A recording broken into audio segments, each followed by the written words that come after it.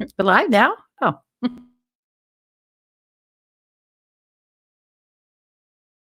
Welcome to Her Brain's His Looks Real Estate and Lifestyle podcast. It's hosted by two of the smartest and most attractive realtors in the business, well, according to their mothers. Ladies and gentlemen, here is the brains of the operation, Erika Portanova-Songer, and the looks, George E. O'Connell.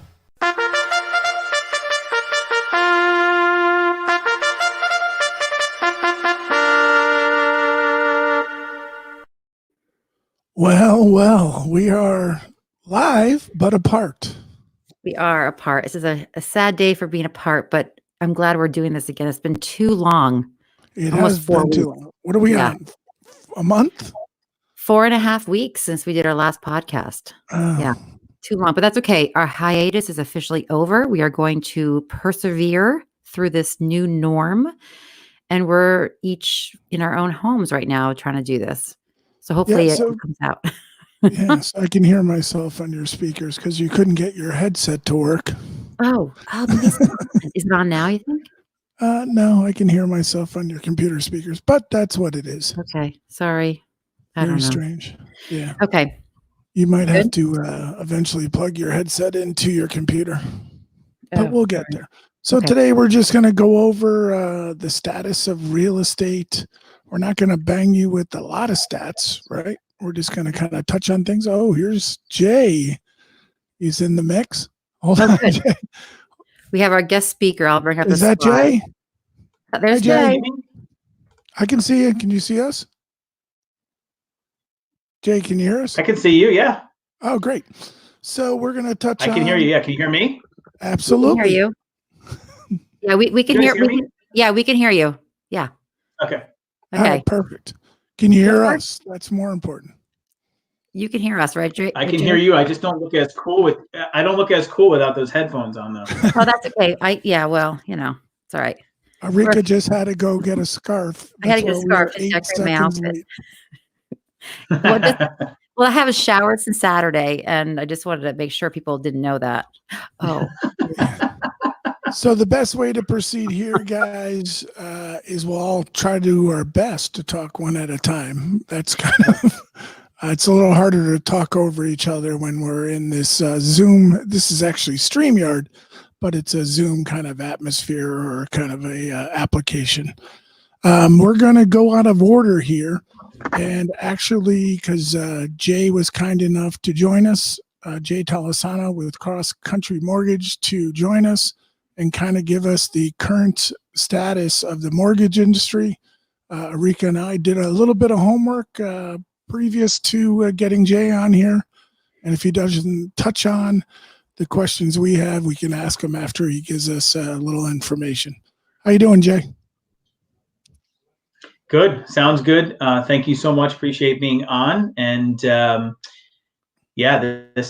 market is crazy, right? Things are just changing as we move forward.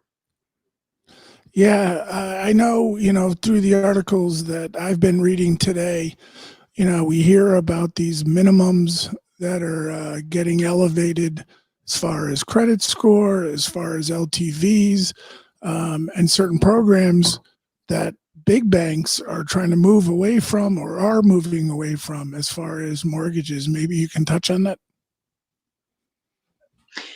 Yeah. So first and foremost, for anyone who has been around for some time, we had a crisis similar to this back in 2008, right? That crisis was financially driven. This one is more driven by the pandemic. So first and foremost, I will say that the 2008 crisis was one that happened quickly relative to mortgages, meaning, I feel like it was a quick rip the Band-Aid off. You kind of knew your new benchmark and kind of how you were operating going forward. So commenting on what you just said, George, and tying into where we are today, the thing that we are seeing still is consistent change in the market, right? So this has been going on now for 6 weeks, maybe even 8 weeks, and we are still seeing change in the mortgage market. And there's not one thing that is consistent across the market, meaning every company is doing something a little bit differently. Like I saw, I think it was Bank of America today They raised their credit score, I think, to 700. Maybe that's not your product line, but just for example, 700, and LTVs had to be 80.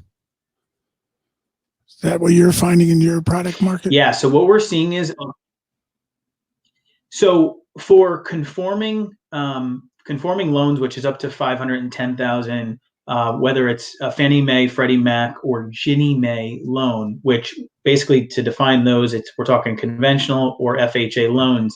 Here at Cross Country Mortgage, we're not seeing any change to that. But to your point, yes, we are hearing and seeing that lenders like Chase and Bank of America and others, and I'm not picking on those lenders, but we are seeing and hearing that they are making changes to their credit. They are making changes to the amount of money that they'll finance. I think you mentioned LTV before, the loan to value. So a lot of that is changing. And again, unfortunately, it's continuing to change as we move forward. So the one thing I would recommend is, if you are a home buyer out there shopping for a home, make sure you circle back with your loan officer to make sure that the program, most importantly, and secondly, the interest rates that you think you're going to get are still available in the market. And one thing, if I could just jump in, you hear me okay? Can you hear me? You great. Great. Good, Yes. because this is our first time doing this. So what I'm hearing is, if, let's say, you're a buyer and you got a pre-approval, let's say 2 months ago, even, the big advice out there I'm hearing is to make sure you get an updated pre-approval, because what was approved 2 months, maybe 3 months ago, because of all the changes with COVID-19 and the mortgage and finance industry, they're asking, everyone to have an updated pre-approval, because there are, again, the changes like George was saying, with the credit scores having to be higher than maybe they had to be 3 months ago. Is that what are you seeing people who were able to purchase a few months ago and then maybe now in a different ability position to do so? Yes. So I would do exactly what you said. Best advice: if you have been shopping for a home for a few months now, back in February, back in January, and you're walking around with a pre-approval letter back from that time, you need to get back in front of your loan officer and get your whole file updated, because a lot of things have changed. Post-closing reserve requirements have changed. Down payment has changed, as we said before. A lot of people's account values have changed, right? We know that people who had $100,000 in their 401k before might only have 60,000 today, right? Because the market had a huge drop. So you absolutely have to get out there and make sure you're doing your due diligence and making sure that you are still eligible for the loan that you might have been eligible for back in February. So, and that's a good point, Jay. So, let's talk more like the process of it. So, for example, you and I, without naming names, have a transaction that we are closing. All goes well in 2 weeks. So, do you want to talk about how that's going to go in terms of the physicality of we are now not seeing people in person, right? Everything is being done digitally. The signatures with the attorneys, they do. I've seen some people do in the parking lot. Can you touch on the process a little bit of that? How that's changed with COVID-19? Yeah. So from the mortgage end of things, we've always worked pretty digitally, right? So from our end, whether it's bank statements, meeting clients, et cetera, we're able to adapt to that very, very quickly. We can do a Zoom meeting if we want to have a face-to-face. So on the mortgage specific side, as far as getting your mortgage together and moving forward, there's really no change on that piece of it. But going through the process, let's talk about appraisal, right? In the past, the standard has been to do a full appraisal where you are, the appraiser is going into the home, the appraiser is measuring, the appraiser is doing his or her due diligence, interior, exterior, going to town hall to get documentation. Those standards have been loosened a bit, okay? In some cases, we are getting appraisal waivers, which client doesn't need an appraisal at all. And then if we're not getting an appraisal waiver, sometimes we are getting a reduced documentation appraisal, like a desktop appraisal or a drive-by appraisal, okay? The standard and the preferred is to do an interior and exterior, but given the situation of the COVID crisis, those appraisal guidelines have been loosened to avoid physical contact, to avoid going into a home. So that is good news on the appraisal side. To then get to the closing side of it and the attorney side of it, I've got a few attorneys that I know that have separate conference rooms. that are sanitizing the conference room before and after the closing. Some of them have like a glass window where they can actually watch through the window to make sure the consumer is signing. They're telling the consumer to bring their own blue pens. So the attorneys have been able to adapt pretty quickly. And to your point, Erika, some of them are even doing them almost like curbside closing the attorney downstairs. that you and I work with, and we're working with them this particular transaction. I will name, Beth Grissett and Corinne Abbott of Grissett and Associates, who I know Jay works with a lot. I work with a lot.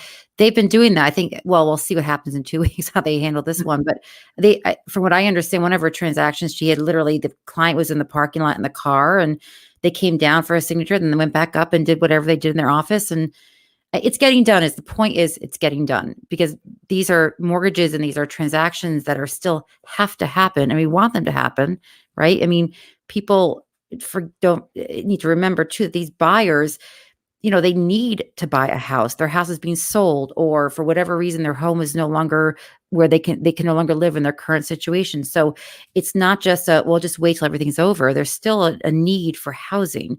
And I think it's important that we continue and we try to support that, even though it's a little bit different, the process. So it's not a want always, it's a need. And I think it's important to remember that.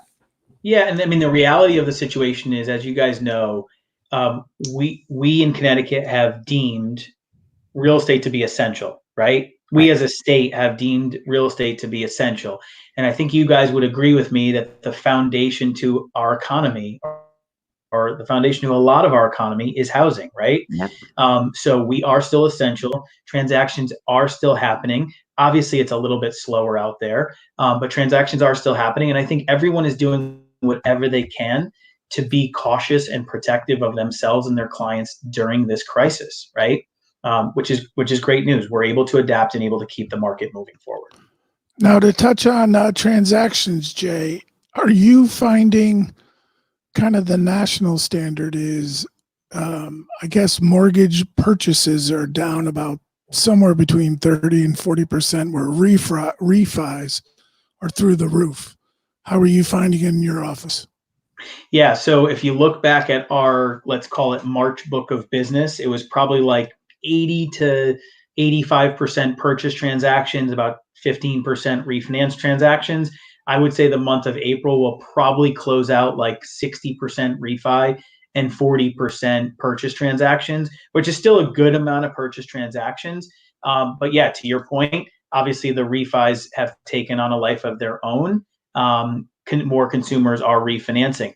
The good news, though, in all of this is that we are still getting purchase transactions, and we are still getting people who are looking to get pre-approved for a month, 2 months, 3 months down the road. And I don't know about you guys, but I do believe once we get to a little bit of a safer spot with this COVID crisis, I do think the real estate market here, especially in Connecticut and Fairfield County, I think is going to be robust. I think you had a lot of energy coming into 2020. And I think post-COVID, or when we get to let's call it a safe spot where people can be out there more actively, I think you're going to find a really robust market here because, I mean, let's face it, I don't know what you guys have seen, but I think people are already exiting the city even for rentals in the short term, right? Yeah. Oh, definitely. We're having, reach outs in our office via broadcast emails, looking for short-term, looking for long-term rentals. I think people are, it's another reason to reevaluate their urban living and coming out to the suburbs, for this. Absolutely. Yeah. If you have to be quarantined, where do you want to be quarantined, right? Well, not in the city with nothing open. Right. For sure. I'd like to be on a beach somewhere, but yeah. So, Jay, are you finding that? How are you working in your office? Are you at home, right? Are you at home now? Yeah, today I'm at home. I've been going into the office once a week. We've got a small office and not a ton of folks, but so I've been going in there once a week, maybe twice a week, but largely kind of working at home. I don't think going in or being at my home office is really any different for me because of how remote we can operate. But of course, the day I went there last week, I was there for a few hours, and the Shred-it guy came and the UPS guy came. So it's unfortunate, but with what's going on and how contagious this COVID situation is, you kind of want to, unfortunately, keep away from people as much as you can, especially if you don't know them, right? So I think until we get to a place of, more normalcy and what have you, I think you're going to see people working at home at least for the next few weeks and maybe month, right? Yeah, I think we're into. I think June. George and I keep saying. I think June 1st. Is sort of my benchmark date in my head, but who knows, right? Yeah, I mean, luckily, our company, as well as sounds like yours, Jay, we're set up for technology. We're set up to do a vast majority of our work. Unfortunately, on our side, people want to touch and feel, and I don't think 3D, 360 presentations or tours for houses do most houses justice. So for that end, I can still understand why people want to do showings in person, but technology is, we're learning it more and more. It's getting better and better every day, and this is kind of proof of that. Yeah. I will tell you guys, I have one purchase transaction now where the consumer did not step foot in the house. Really? Did not step foot. Did not step foot in the house. They need to buy. They couldn't go see the house. There was a COVID-related situation as to the reason why they couldn't. I can't remember the exact situation, but yeah, they have not seen the house in person. Huh. Interesting. And have they already purchased? Is it closed now? It's closing in the next few weeks. I want to hear after the closing when they actually move in. Any regrets? Yeah, right. Exactly. Yeah. Let's probably on the beach in Fairfield. Well, you forget there. I mean, there've been. I know in my office. I know Kathy Fingali. I remember told me a story about this way back when. I think she had some. I know she had buyers from. I want to say Shanghai or Asia who bought one of her listings sight unseen, but relied on the very detailed, virtual tour and the floor plans. I mean, all of our services that we offer, I know us at our company at Sotheby's and a lot of these companies, we have similar products. I mean, that's just the reality. We have such detailed listing presentations. You really do get a good feel of what the house offers. But I know she had an example where they bought on sight unseen because that was just logistically, that's how it had happened. So, it does happen. So you must be a little more spatial than I am, because I look at some tours and then I walk into the house and I'm like, it just doesn't flow like it flows in the virtual tour. But George, you're also 6'7", so you get to physically see how you fit in the house. Great. Jay and I don't have that issue. Well, let me ask you guys a question though. Do you see this happening more often where you guys meet with buyers, even if it's virtually, meet with them over Zoom or something, right? You understand what their needs are, what they're looking for. Do you see yourselves in the future doing a lot more previews, maybe even virtual or video previews, and then they come in one day, check out 3 of the 10 homes you previewed and make a decision on that? Do you see that happening in your business? Well, everyone talks about millennials and how they're buying and what they're doing. They text messages and want to do FaceTime and stuff like that. But I think what this did is bring the technology education, the technology, suaveness to a broader group, a broader age range of people. So I think to answer your question is yes, I think it's going to expand and it's going to be becoming a part of how we do business. Well, also to that point, George, I also think a lot of the sort of preliminary work might be changed. For example, your initial consultations or initial meetings with buyers, instead of having to meet in the office and have a conversation, why not do a Zoom meeting and get it all out of the way, talk about what you're looking for in a house. And I'm thinking more in the purchase capacity, but that's a great way to get a feel of what they want, have a conversation. And this way, the first time you actually physically meet and you go out look at houses, you're ready to go. So I think that's where I see my business personally. I think George and I would probably start. Right, George? You like that idea? Yeah, I mean, it's going to be, what kind of house you're looking for? Well, I like an island kitchen, and they're just going to share a picture while we're in a Zoom meeting. But it's more and you're going to get a touch and feel. Excuse me? I'm sorry, I interrupted you. I said okay. More streamlined this way, so it's an easier. I think it's a more efficient way to. So I think that's my takeaway from this. I think a bit more of the sort of conference call, if you will, to have conversations and iron out the smaller details. And by the way, it might shorten up the buying cycle a little bit, right? I mean, if you can get on a Zoom call and do a face-to-face and understand their goals and their needs versus doing that like initial face-to-face meeting, like legitimately face-to-face, it might shorten up the cycle a little bit. Yeah. Well, especially for out-of-town buyers, you know. Right. That'll definitely be. So, Jay, what are we looking at rates? I know we're on a 30-year, or since they've been kind of documenting the rates, we're at about 3.5, a little under 3.5. Yeah. So if your mortgage amount is below the conforming loan limit, so the conforming loan limit is 510,000. If the loan balance is 510,000 or below, you're seeing a very low 3% rate. 3.25, 3.125, 3. So you're seeing a very low 3% rate. If your loan is from 510,000 to 601,450, which is the high balance conforming loan limit in Fairfield County, you're probably seeing something in the mid to upper threes, which is basically where you would kind of see jumbos as well. So pretty much everything starts with a 3 these days, to some extent, with the exception of an investment property purchase is going to be a bit higher now. But rates are at all-time lows. They're still very attractive. My assumption is that rates are going to be pretty stable, at least throughout the course of this year. The Fed keeps saying that they're going to be buying into the market to drive interest rates and keep them low so we can keep kind of home ownership moving. So, I think that'll be pretty stable throughout the course of this year. Great. That's good. Excellent. All right, Jay, anything else to add while we still have you here? By the way, I love your starfish.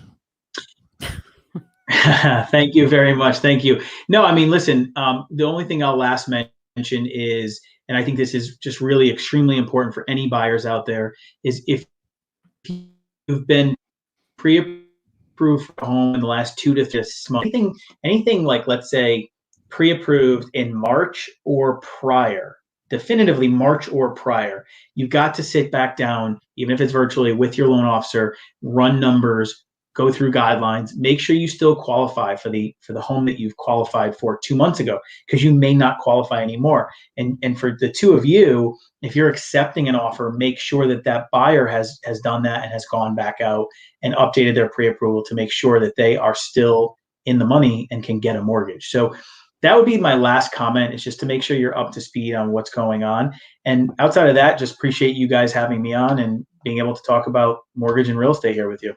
All right, guys. Thank you, Jay. Jay Tolisano is out of Cross Country Mortgage in Fairfield. His cell number is 203-913-4832. And it's j.tolisano at myccmortgage.com. Thank you very much, Jay. Thank you. Thank you, guys. Appreciate it. Thank you. All right. Have a great day. You as well. Bye-bye. Thanks. All right. That was interesting. That was fun. That was good. We always love having Jay on. That's the second time he's been on. We like him. Yeah. I mean, geez, for what I read today and, what he's telling us, that there's still product lines out there. They're still lending money. He still has business cruising. They're just being a bit more stringent, which I don't know that it's a bad thing. I mean, increasing the credit score requirements slightly. I don't think it's not a bad thing. I mean, these are all, I think, fairly conservative actions they can take to continue the processes. So, but the pre-approval letter, that's the big thing. You have to update your pre-approvals, because what you think you can get 3 months ago is not the same. That's my biggest takeaway. Did you see your friend, and I don't want to mispronounce her name, Minx Holmes? Says hello. Max. You're a natural. Max Holmes. Max. It is Max. I'm sorry. Girl, not a guy. Well, it's a girl. Yeah. That's the YX. Yeah. Yes. we know I'm a natural. Come on. I have a natural look. Well, we won't tell how natural you are today. Well, listen, I do have to admit to everybody that does follow us and hopefully loves us. I have been thoroughly, like, my biggest thing I've probably been most enjoying of this, situation is not putting makeup on. Oh, come on. I'm not having makeup on. It's great. I mean, what's your like number one thing you're enjoying? I did my hair today. Okay. Well, no, that's not, I know that but one thing you haven't been doing that you've been kind of like, I can do this every day. I don't know. I try to get up and do the normal thing, but you just find yourself on the couch watching Pawn Stars or American Pickers for hours at a time. That's about it. That's the deadly. That's the temptation. But and driving nowhere. Well, like I said, I'm thoroughly enjoying not dressing up and putting makeup on, but one day we'll have to get back to that life again. So get out in public. All right, kiddo. Why don't we jump into a little stats? Yes. So let's see.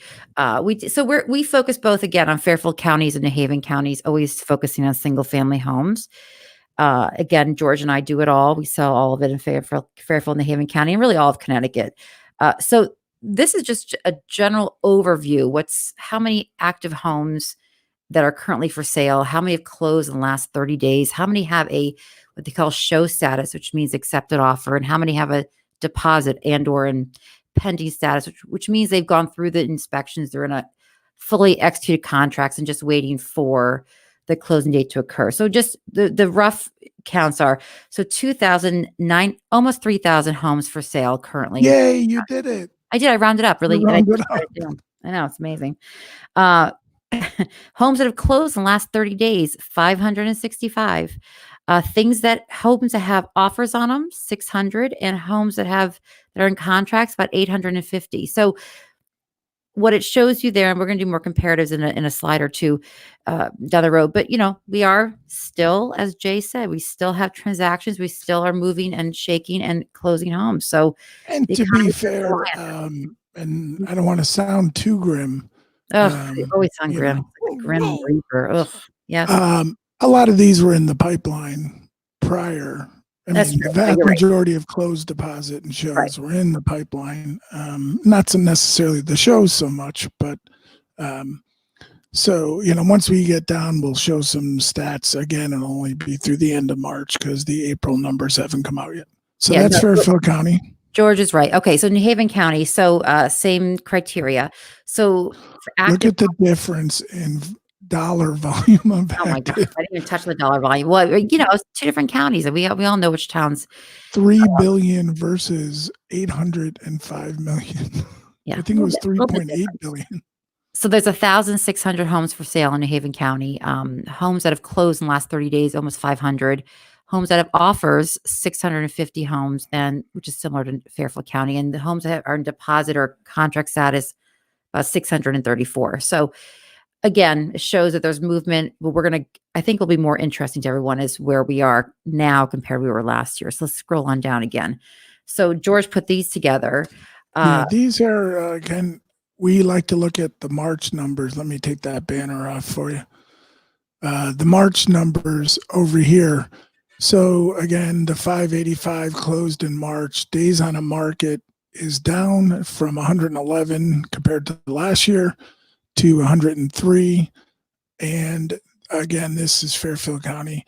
The median price through March was up almost 10%, and the average price was up 6%.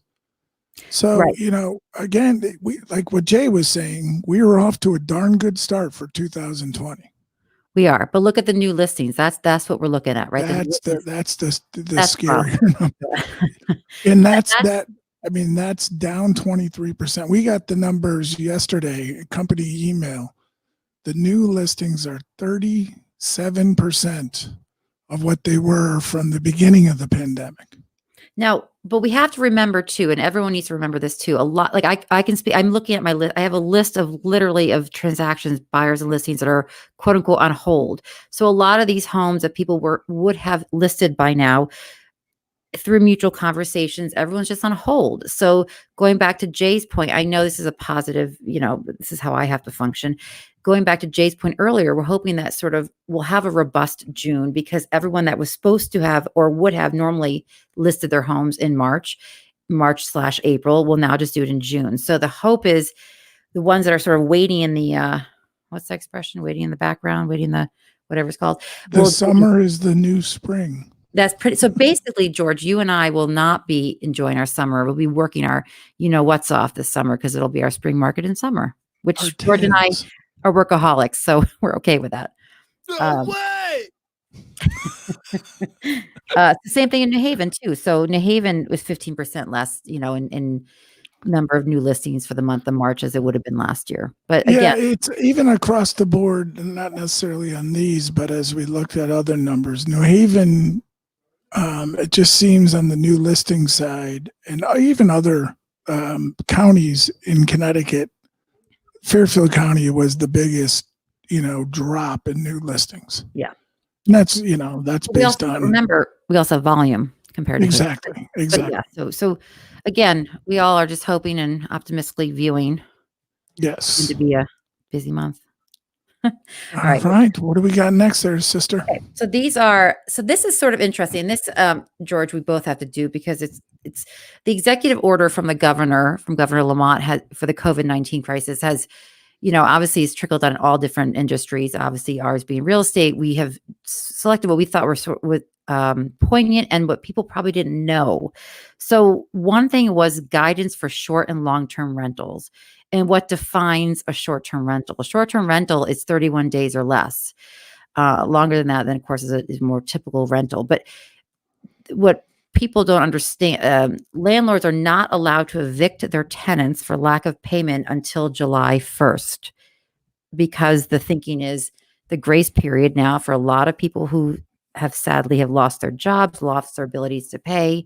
So I am very sure that a lot of people don't know this. So a lot of people that are getting evicted are in fact getting evicted when in fact they do have the right. They have the right to stay there until July 1st. Now, with that said, all your rents are due. All the monies are due to your landlord, unless you work something else out with him or her. But you have the right to stay until July 1st. And that's probably a moving date.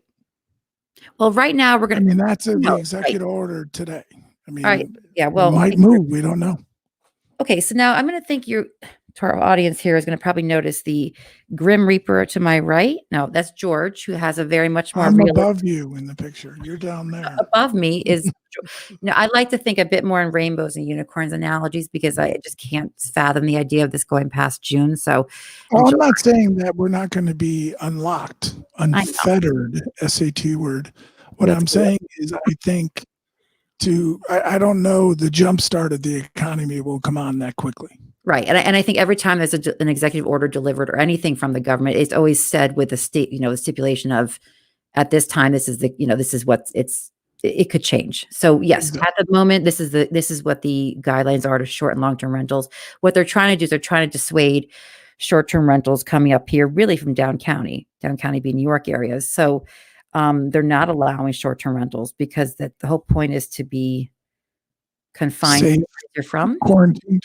I know. I don't know if there's like a better word to say that. So that's important. So I think, again, the rental, the rights are with the tenant at the moment, as they should be. And we're hoping that some landlords might be able to seek, a little bit of a change with their rents so they're able to ask. But again, everybody has to support their incomes too. So, and this next one really is a guideline, the guidance for the seller's property. But this goes through what we're doing to get our seller, their house disinfected after a showing, prepared for a showing. And, these are all pretty basic ones that I think we all know, but we have our slides that are available for download, which will be on our website. Yeah. It's herbrainshislooks.com. So we can just touch on a few things here. Right. So we like to think it's common sense, but at the same token, who knows, we're in uncharted territories here. So if it's a vacant home, obviously that's even more preferred and more ideal. But we ask that all the doors be opened when we are about to enter a home to look at it with a buyer. We ask that anything that's touched on a surface is then cleaned after the fact.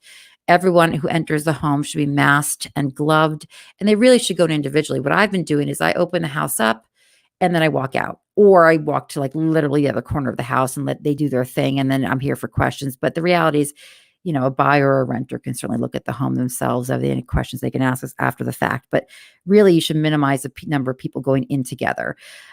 So again, anything that's been touched or, anything surface wise has to be cleaned after the fact.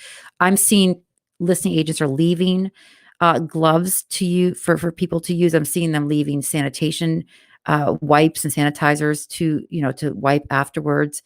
But again, I think you should do it yourself as an owner. Yeah, too. I mean, we have them in our car, Yeah, the wipes I mean, and stuff. George and I are traveling with masks and gloves and, All everything. that So kind of good stuff. it's a good look. Don't forget to give me Andrew will be a few minutes off phone Oh, call. so what should I do? Oh, how do I know that? Do I know that? How many slides you're away? We'll find out. Okay, fine. I'll just continue on. So you tell me. We're having a guest caller, everyone, guest speaker. This is exciting. Part 2. Or I don't even know what's happening. Okay. Yes. So this applies back to the short and long-term rental 2 slides ago. Again, defining what a short-term rental is, 31 days or less. We already talked about this a little bit in this 2 slides ago. So I think this is all a review. Little review, but available for download. Absolutely. All right. Ooh, this is a good one. I think, George, you've done this more than I have. George, by the way, has the capability of doing a 360 virtual tour with his fancy new camera. Yeah. It's not the, I don't know what I would call it, but the resolution of a Matterport, but it does a darn good 360 tour. But Well, this, it's awesome, and it's better than what I have, which is nothing. So if you need that, call George. and here is a clickable link too about the William Pitt Sotheby's Advantage. This is an e-booklet that goes through what the firm that we work for, William Pitt Sotheby's International Realty, does for you within the web, within certain publications. It's a fantastic guidebook to look at. We don't compare ourselves necessarily to other companies, but Except George for the website ranking page. The website ranking. There is a lovely graph that does highlight our, fabulousness in terms of our website and how we rank up compared to others. That link right there is clickable, and it'll bring you into the Advantage book. Right. Okay. So, and you've done a couple. I haven't done it. All my people are on hold as far as listings, but I think you've done a couple of these, right? I've done, right now it's rental listings and commercial property. So really, I didn't have to use this book too much. No. Okay. All right. Moving on here. Oh, we've already talked to Jay. Oh, let me get Andrew on the phone. Our guest speaker who hasn't called us yet. Oh, I have to call him. Oh, okay, fine. Do you want to call him? Oh, here's your few minutes, Mark. Here's your heads up. You were supposed to give me the heads up. I don't know. Please. Hello, Andrew Testo. How are you, buddy? I'm doing well, George. How are you, Big G? I'm doing well. And do you hear Erika? Hi, Andrew. You're live on our podcast. Well, hello, Erika. So nice to hear your voice. Oh, it's always lovely to hear your voice, Andrew. One of my favorite people. You know that. You are my favorite person. Next to George, I will say that. Get in line. So, Andrew, we have you on our podcast, and one of our go-to twos is the organization that you have structured. It is called L.O.V.E. It's an acronym for Let Our Village Eat. Maybe you can touch on what your team does and what you've been doing over the past 4 weeks. Well, George, I know you've been a big part of that, and I do thank you, and I want to let your listening audience know what, we couldn't have done it without you. But basically what we put together is during this horrible crisis that everybody's going through with, the COVID-19. And if I was a doctor or something of the, medical profession, I would donate my time to go to a hospital or a clinic to help people during this difficult time. And what I was able to figure out is I'm not a doctor. I'm not a medical professional. No, you are not. not. What I am is a pretty, contrary to much belief, I'm not a doctor, but I'm a pretty good cook and a pretty good chef. So the one true skill I have is I could feed people. And being in the industry as long as I have, and some other, friends of mine and colleagues, we've got together, we've pulled together, and we've been utilizing kitchens that are being underutilized due to the fact that they either had to close by law. Everybody's pretty familiar with what restaurants are going through. So I've reached out to a lot of my friends and that are in the industry that have commercial kitchens, and they've allowed me to go there with a volunteer or two, because we try to keep the amount of people limited due to the, we don't want to have get anybody more sick or spread. So we've kept the social distancing to the full extent. We've been following the 6 foot, wearing the face masks and the PPEs. We got a picture of you on our slide cooking at Rum and Tequila Fusion, so people can get a sense of. Exactly. But what we've done is I started, I bought some food. We did one event for people in need, essential personnel, first responders, people as such, but mainly for the community that at large that could use a good meal, that don't have the wherewithal right now and are challenged by this whole crisis. So I thought we'd lessen the burden for them and do our best to feed them as often as we can, and with a limited supply. Obviously, we try to feed at least 100 meals per event. Now, those meals aren't just for one person. We do go pretty heavy on our portions, so we try to package them where they'll feed at least one, if not more. So, now, and go ahead. So why don't you tell us who has donated their facilities? Obviously, they've donated some food besides the donations. We'll get to how they can donate to you in a second. But name the restaurants, name the people, and we have one coming up tomorrow. So why don't you go through that? Excuse me. Let's also talk about yesterday too. That was fun. Talk about what you guys did yesterday, Rum and Tequila. And we appreciate. We were happy to see you, Eureka. Thank you for coming out. And my pleasure. Yeah. A half hour I spent, but I had my try. That was beautiful. So all the restaurant. I mean, we started off with the Brickyard in Fairfield, and most of this information is on our website at www.letourvillageeat.com. And we started off at Village Pub in Fairfield on the Post Road. We then went to Conti's restaurant in Milford on 1573 Boston Post Road. Then we did several days there, if you don't recall, right, George? It was about 4 or 5 days there, I believe. Yep. And then we broke it up a little bit. We did a community gathering outdoor, mind you, with social distancing rules in effect. Of course. Yeah, we did an outdoor pizza event for the neighborhood up by the Great River, Milford. They drove up in their car, and we put the pizza in their back trunk, and away they went. They prepaid by Venmo. It was awesome. Yeah, that was actually a really good event. We were able to raise a pretty good amount of money there. I think the tally was about $890. Yeah, that makes sense. Yeah, that was good, and that kept us going still to this day. We were able to hold more events. Then we went. I believe it was the Castle on Post. Castle on Post was last weekend. Yeah, and we fed the police firemen of Fairfield as well as the community. Yeah, citizens of the community, and we just had our last event yesterday. That was at Rum and Tequila, 211 State Street in Bridgeport, where the wonderful owners opened their facility so that we would be able to feed the first responders of Bridgeport. Carla and Gary? Yes, Carla and Gary. Yeah. Carla's my new best friend. I loved her. She was great. I stopped in there for like a half hour, 45 minutes just to check you guys out. And it was, I will say, George and Andrew, you were working hard. I was just there to sort of decorate, but you guys were working hard. Give you credit. We only did that when you were around, when you left. Okay. That's what I thought. Oh boy, I'll check in next time.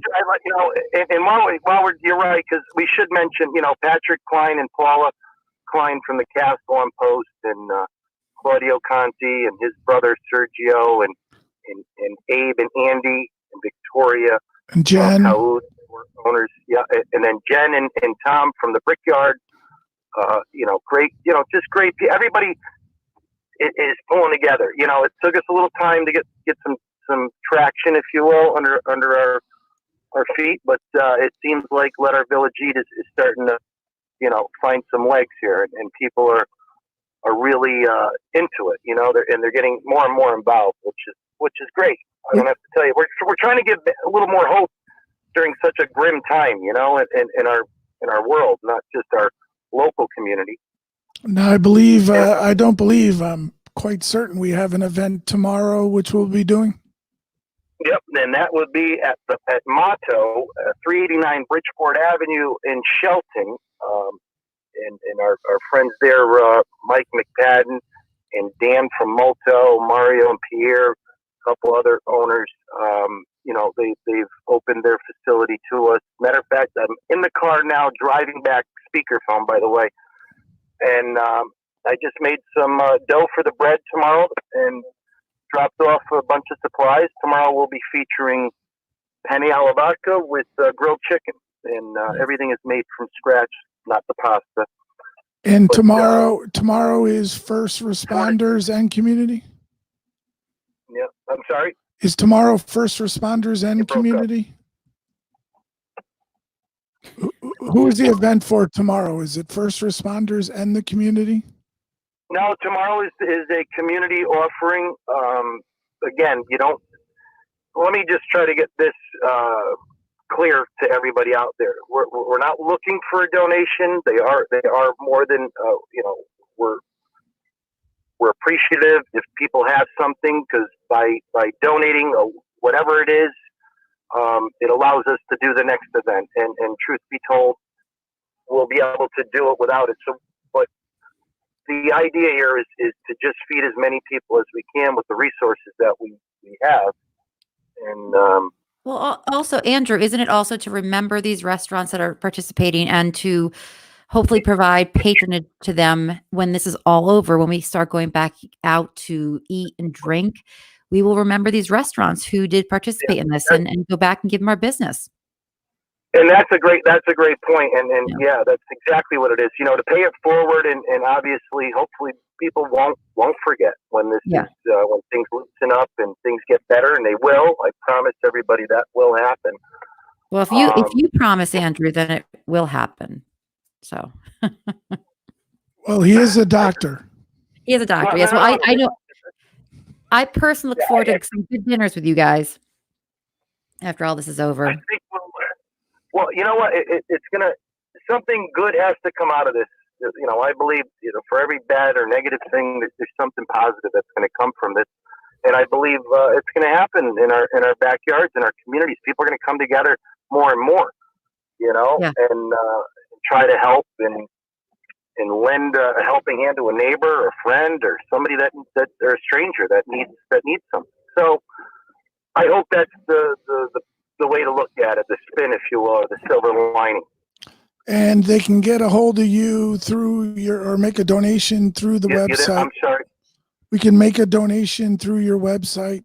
There's a button. If you scroll down a little bit, it's www.letourvillageeat.com.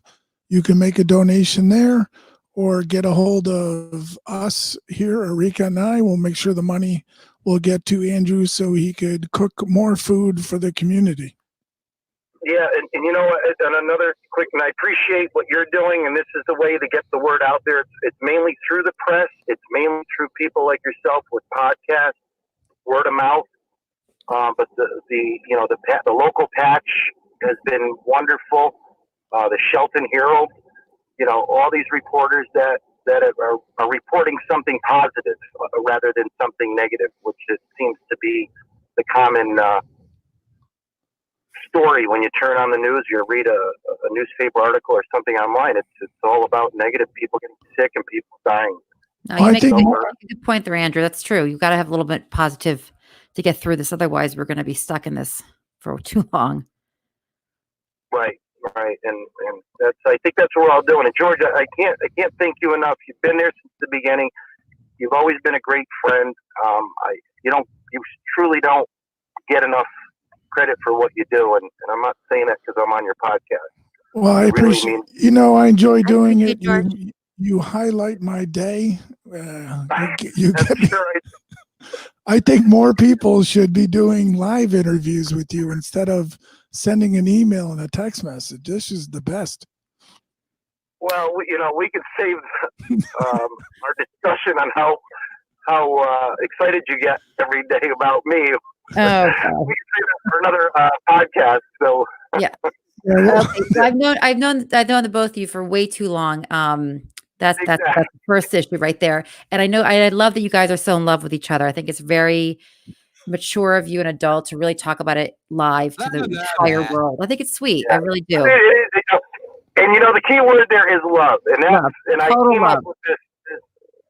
The Let Our Village Eat. I wanted to name it something, and it just love kept coming into my head, and I said, well, I got to find some sort of name for this organization or foundation or charitable thing, if you will, that combines love, and let Our Village Eat came into my head. It was quite almost divine, if you will. It was pretty spectacular. I'm quite proud of you, kid. Yeah, well, thank you. Well, George and Andrew will be there tomorrow working again, and I'll pop in and help out too. So, but they work really hard. Now you just made my day knowing that you'll be there. Of course, I bring humor and beauty to the situation, so someone's got to do it.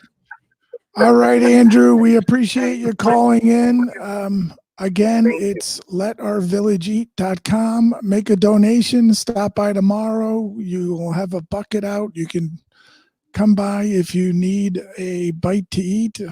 Or say hi to us. Say hi to us, whatever you want to do.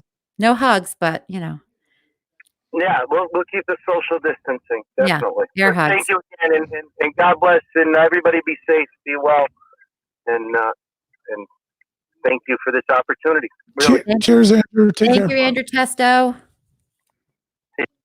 So that's Andrew Testo, Arthur Ave Catering and Pizza. Good friend of ours. Good guy. Great guy. Yeah. And, he I would say, geez, we got to be close to or a little bit over 2,000 meals. Yeah, like I said, I'm really glad I went yesterday, and I wish I could have stayed longer, but you guys are working hard. And just to be clear how it works, I don't know if the picture was portrayed as accurately. I mean, you're packaging up the meals, then you have somebody else, all gloved, masked. You have 3 or 4 other people helping to bag it, put the napkin, the fork, and then physically putting it out on the table for someone to grab and go, or putting it outside. So there's very little interaction, but that's purposely done like that. It's yeah. I mean, we can say, okay, the pasta's made. Andrew makes the rolls. Oh, yeah. Like he went there and did the dough. Oh, he's a phenomenal cook. So it's phenomenal. I mean, his vodka sauce is tremendous. Well, George, you have a lot of restaurant background too, so you're very capable and helpful there in that respect as well. So I'm helpful. I'm a bartender by trade, coming up in the restaurant business before management. Andrew is the chef. I just do what he tells me. I clean a lot of dishes when I'm with them and hand out a lot of food. And I'm front of the house pretty guy. Everyone knows it. Oh yeah. Yeah. Thank God for you. Really. No, it's helpful to have a house pretty man there, Exactly. Well, what's my job? My job is to bring the looks and the funny. I thought I was a good You're the brains, sunshine. Do you not know what the name of this podcast is? Keep forgetting my job. Okay. So tomorrow. You know what? And by the way, speaking of brains. Oh yeah. It's the scarf that really makes it is outfit. Right. I grabbed it last minute because, this, you're getting a lot of organic look here. And I thought, let me just dress up a little bit and pretend like I'm not really on camera. So, okay. Well, let's wrap this up. We're knocking in on an hour. We still have 5 people watching though. Oh, that's good. That makes me happy. Say hello and post in the comment section. Oh, that's from Max, right? Yeah, Max. That's awesome. I'll take any. Oh, this is a leftover slide from last time, but this is always good to keep so people know what. But let's talk about. I kind of feel like this is going to come in probably this summer. The Inside the Deal live call-in show, right, George? Absolutely. Yeah, so that'll be our summer focus. We'll do this. Maybe we could do this like on the beach or something, like some sort of, Yeah. we'll figure that out. What? It'd be fun. It'd be nice. Little, I know. I'm just hitting my new soundboard. It's too much fun not to play with. Okay, so George and I, of course, I being the brains, he being the looks, we are full-time realtors. We are also expanding our skill set, business No, option. we already have the skill set. Okay, we have a skill. It's true. So we are full-time realtors for podcast host extraordinaire, obviously. Property management. We're going to launch a property management company on the side. So just a segue to our next venture together, and we'll see where that goes. But we're pretty much like to think we're kind of here for a little bit of everything real estate and lifestyle related. So and our calendars will be filled with updated events because a lot of them that were on there originally on our calendar on our website, those events have been altered, if not canceled. So, George, you're going to start putting up those the Let Our Village Eat the events, right? Because I'll start putting that. I'll populate our website again for the L.O.V.E, letourvillageeat.com. Yeah. Donations accepted, or if you are in the need of a meal, you'll find the information on our website. And remember the restaurants afterwards. Back in the summer, we're back into our normal routine. Remember to go back to them and support them because they're the ones. So it's a Brickyard in Fairfield. From there, we went to Conti's in Milford, to the Castle on Post and back in Fairfield. Yeah. Rum and Tequila Fusion in Bridgeport. Which was a cool bar, by the way. I can't wait for you to take me there for lunch. No, dinner. I want dinner. I'll let you take me there. And then that brings us to Motto in Shelton tomorrow. It is, let me see. I think I'm there at 2. I think it's 4 to 6. Okay. So we'll be there. 4 to 6 is the service time at Motto on Bridgeport Ave in Shelton. But Erika, this is crazy. I think this kind of worked though, right? This kind of worked from our houses. I think we're doing this. Yeah. We'll have to rewatch and see how it went. You saw Bob Hussman pop in. Oh yeah, Bob Sussman. Bob Sussman is my gym husband. For those that don't know him, and Bob and George popped in. So Bob, George, and I have a nice little threesome friendship. Okay. So Bob has offered to be a guest speaker on our podcast. What he will offer, we have no idea. But Bob, we welcome any guest speaker to come on and share some lifestyle information. So. All right. Besides this fun, again, there is our contact information. We really appreciate everyone stopping in. And this is us being done. I am George E. O'Connell. Obviously, the looks. Obviously. Erika Portanova-Songer, the brains. Obviously. And that is our show. Yeah, thank you very much. Opinions, beliefs, and viewpoints expressed by the podcast hosts and their guests are theirs solely. The information shared has been professionally sourced and disseminated through the resources provided by the sponsoring real estate brokerage and their real estate experiences.